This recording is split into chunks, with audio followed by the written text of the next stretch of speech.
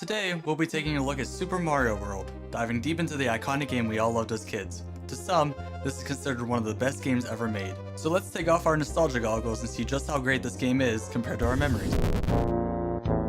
Super Mario World is the fifth game in the Mario series.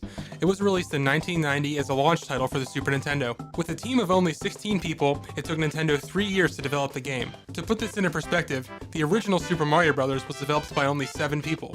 And to add to that, Super Mario Bros. 3, which was released only 2 years earlier, took a team of 10 people over the course of 2 years to make. With every new release, Nintendo added more and more people to the team to bring in fresh ideas and add more complex mechanics to the games that they simply couldn't accomplish with earlier games. Complex game mechanics were also made possible due to the upgraded hardware of the Super Nintendo. The 16-bit processor, an upgrade from the 8-bit processor of the original NES, allowed games to look and feel better.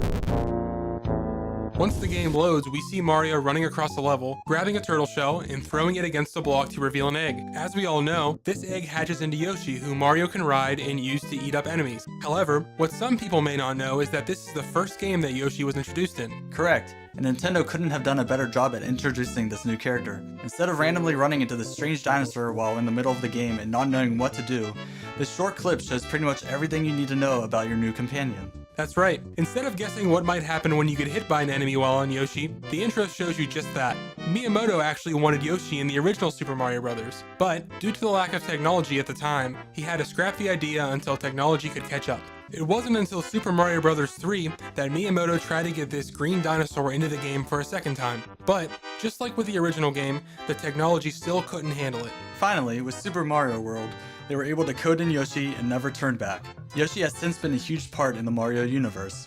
After pressing start, we are prompted with an option to choose which previously played game data we would like to load up. This seemingly simple mechanic was never found in a Mario game before, another first for the franchise. This allowed different family members of a household to have their own separate game.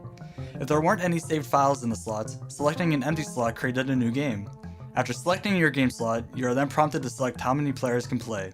This is a feature we're all familiar with and has been around since the original Super Mario Bros. From memory, Mario looks amazing for the time it was developed, which is why we decided to do this show. How does it look and compare to our memories after years of living in a world of 3D games? Jumping back into the game, it's quite easy to see how simplistic the graphics were for this franchise. That's not to say every single level is as basic as the others though. The majority of the levels have very basic backgrounds and are often flat images. But when you get into the haunted house levels, you can start to see a good amount of detail put into the background. Even though these are still images as well, they provide more detail than the forest or the dark levels. However, there's one level where they decided to make the background move around independently while you're trying to platform and dodge enemies. This actually hurt our heads and lowered our focus on what we were doing, which is obviously the intent of that level design. Aside from the backgrounds, the rest of the level assets look a lot better using the new 16-bit processor. The simplistic and minimalistic design often goes unnoticed after playing the game for a while. Which is a good point to bring up.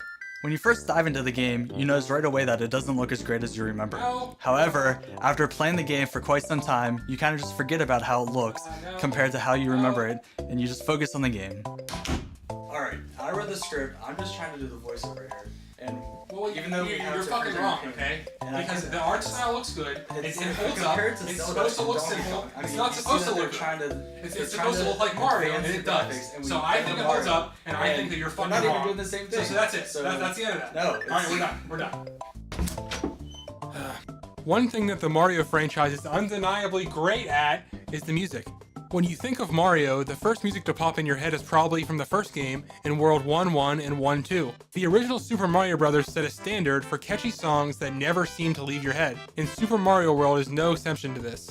You have your cheery upbeat music for the above land levels, spooky music for the haunted house levels, dark droney music for the underground levels, and of course epic boss fighting music for the castles. When we first jump into the game, we're greeted with a message box explaining what's going on. As Mario games go, the story doesn't change much, if at all. Bowser steals the princess and it's up to us to get her. It's also worth noting that in the message box, the princess's name is Toadstool instead of Peach. That's because when the game was translated over to the English version, they decided to change her name. It wasn't until Yoshi's Safari that they actually started calling her Peach. From that point on, the name was consistent between the different versions. One nice change comes from defeating one of the many castle bosses. Upon completion, we see Mario carrying out a Yoshi egg and then destroying the castle. Most of the castle destruction animations are different and provide something new every time you beat a boss. A new dialogue box also appears after every boss fight that tells you the new area you're going into, as well as some type of comment about the princess. The instant that you jump into the game, you first notice how floaty Mario is. It's something small that you learn to deal with, but eventually you forget that it even existed. The term floaty simply means that Mario is very maneuverable while in the air. This makes landing on a single block pretty frustrating at times. And more often than not, landing on a single block can mean life or death. This leads to a bit of playing the game to get used to the feel of how Mario moves, to be able to execute these precise jumps without much correction. But with all that said, the learning curve to get back into the groove of this game is very low. Within a few minutes of playing the game again, we were able to understand the physics within Mario. This leads us to the next question: does this game hold up? Regardless of what game you're talking about, Mario always holds a special place in gamers' hearts. Even though the graphics aren't as great as we remember, and the physics take a bit of adjusting to, this game still provides entertainment and challenges without seeming overbearing and dull. Super Mario World does a good job showing off the Super Nintendo's capabilities and allows us to see that Nintendo is always looking for ways to improve on their products. And with that, we say that this game holds to the test of time.